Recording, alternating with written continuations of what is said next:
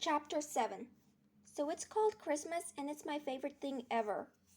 Coming into town, it's clear that June has basically declared herself the mayor of Christmas, which, let's be honest, is a pretty rad title. But it also means we can't mess up, because if Christmas is lousy, who's everyone gonna blame? The mayor of Christmas, that's who.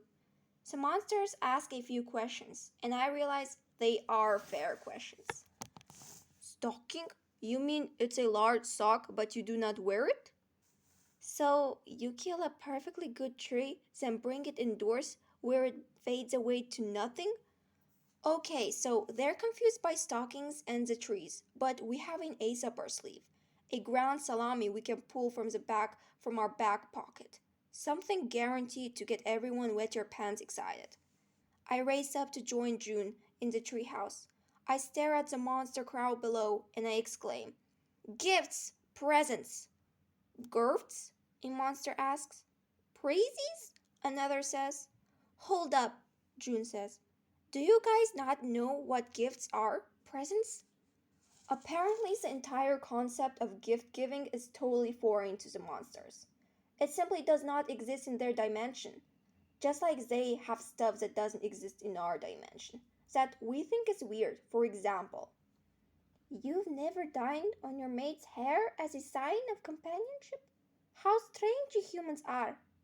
Bonk, you are such a fine comrade." A cheerful monster named Murgy chirps up. You gave an item you give an item to another being to make them feel good? Gifts sound simply joyous. With that, the monsters are in, and now we all must put together the ultimate end of the world Christmas. First up, the tree. We need a whooper, no dinky help dead Charlie Brown thing here. I want a full on Rockefeller Center deal. I mean, we can grab any tree we want from anywhere. No trekking out to the tree stand and lamely just pointing at one. No, we do it post apocalyptic style. Zombie Mr. Squid. One time he freaked out at Quint and me for cutting through his backyard, so now his tree is ours. Next, decorating this bad boy. The key to killer Christmas tree is decorating is good ornaments. Sadly, we have zero ornaments, but our neighbors do. We raid nearby houses, digging through garages and basements. I find ornaments and lights and tinsel, and also a few gardenly surprises. Problem: our tree's height makes decorating difficult, but it's all good. Quinn takes a break from studying Evie Snark's reading list to trick out an old leaf blower, turning it into the bulb blaster. It can practically send ornaments into orbit. Simply drops the decoration into the blower and then, bare spot right there. Got it! Poof! At night, we snack on food from my post apocalyptic advent calendar. Advent calendars are a good idea, and opening up the little flappy window is fun. But it always bugged me how the candy inside was so small and dinkified. And then grown ups would try to pass off that minuscule candy morsel like it's a legit dessert. So I have updated the advent calendar. Please meet Jack Sullivan's Christmas countdown of copies candy.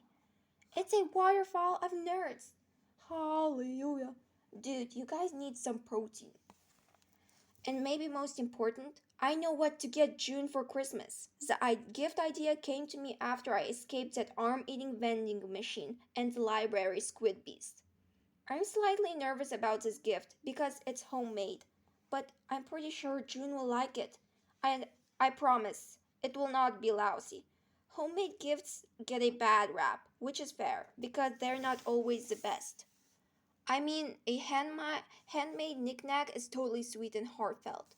But I promise, your dad would rather have a Ferrari than a crummy pencil holder. But my gift to June will not be crummy, and it will not hold pencils.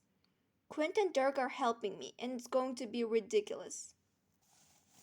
June's sound system, which is the bomb, blasts Christmas tunes all day, every day, and I project movies onto the side of Joey's pizza, so we can all enjoy Elf together.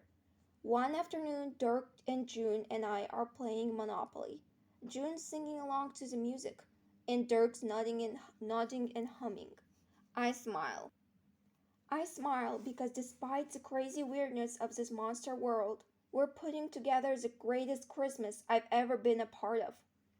That's when Quint comes clambering up into the treehouse, and he tells us something that I feel will change everything.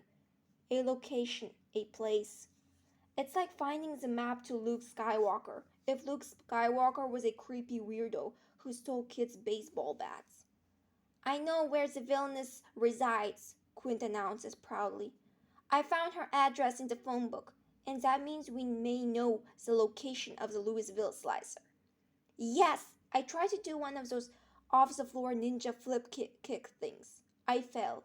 I definitely maybe twisted my ankle, almost sprained my back. But no worries because we're retrieving the blade. Buddies, it's time to equip adventure outfits. Bro, we don't have winter adventure outfits. Quint's wearing a size XXL diaper. And my rear end is quite toasty. You should try it, Dirk. Less focus on the outfits, more focus on stopping this villain. Let's boogie.